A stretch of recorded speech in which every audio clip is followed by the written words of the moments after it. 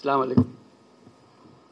আমি শুধু এটুকু বলার জন্য, আমি সারাদিনে যত মিটিং করি, এ পর্যন্ত যত মিটিং করে এসেছি, সবচেয়ে বেশি আনন্দ পাই যখন আপনাদের সঙ্গে এরকম বসার সুযোগ পাই, আলাপ করার সুযোগ পাই। কারণ এখানেই সবাই মিলে বাংলাদেশের প্রকৃত ভবিষ্যৎ রচনা করা হচ্ছে।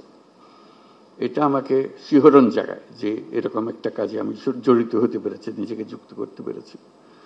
শুধু আপনাদের কথা শোনার জন্য, এটা কিভাবে আপনারা গাইড করবেন, কোথায় নিয়ে যাবেন। আমাদের উপর দায়িত্ব দেওয়া হয়েছিল সংস্কার করার জন্য। আমরা ঠিক বুঝতে পারছিলাম না কোথা দিয়ে শুরু করি। তো প্রথমেই আলাপের মধ্যে নানা প্রসঙ্গে ঠিক হলো যে আমরা কিছু কমিশন করে দিই, যেগুলো দ্বারা কৃতপক্ষে ভেতরে গিয়ে জিনিসটা তৈরি করবে। তো এটা দীর্ঘ প্রক্রিয়া, লোক জোগাড় করা ইত্যাদি। শেষ পর্যন্ত আমরা কমিশন করলাম, প্রথম 6টা কমিশন, পরবর্তীতে আরো 6টা। তো তাদেরকে 90 দিন আমরা সময় দিয়েছিলাম দ্রুত গতিতে কাজ করার জন্য। আমরা খুবই আনন্দিত যে তারা করতে পেরেছে।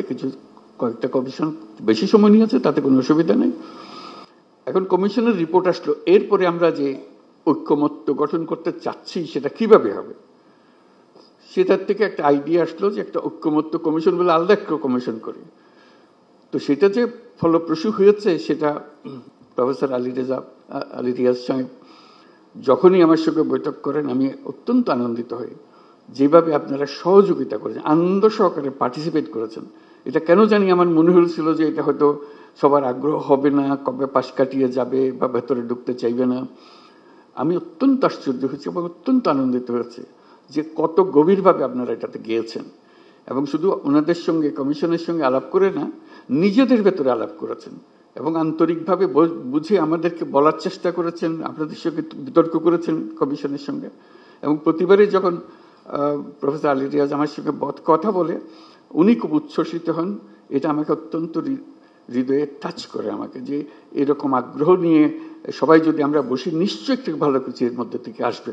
তো আজকে প্রথম পর্ব শেষ হলো, তো সেটা মহা আনন্দের দিন যেটা আমরা করেছি। দ্বিতীয় পর্বে, প্রথম পর্বে আমরা কি করলাম, এটা যত কিছু ইস্যুজ আছে, যত কিছু রিকমেন্ডেশন, সুপারিশ আছে, তার মধ্যে কিভাবে আমরা একমত হলাম, কারা কোনটাতে একমত হলো, সব মিলিয়ে শেষ পর্যন্ত আমরা জুলাই সনদ করব।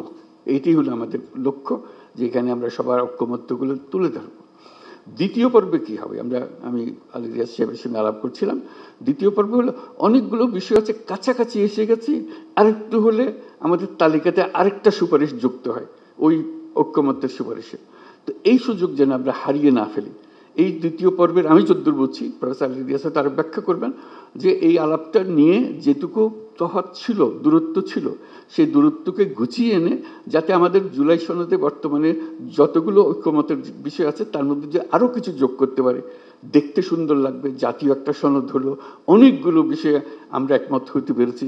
জাতি হিসেবে আমরা গর্বিত জাতি হিসেবে দাঁড়াতে পারে যে আমরা তো এরকম বিভক্তিকরণের প্রক্রিয়ার মধ্যে রাজনীতি সৃষ্টি করিনি। আমরা সৃষ্টি করছি ঐক্যবদ্ধ হওয়ার জন্য, দেশের উন্নতির জন্য, দেশের মঙ্গলের জন্য।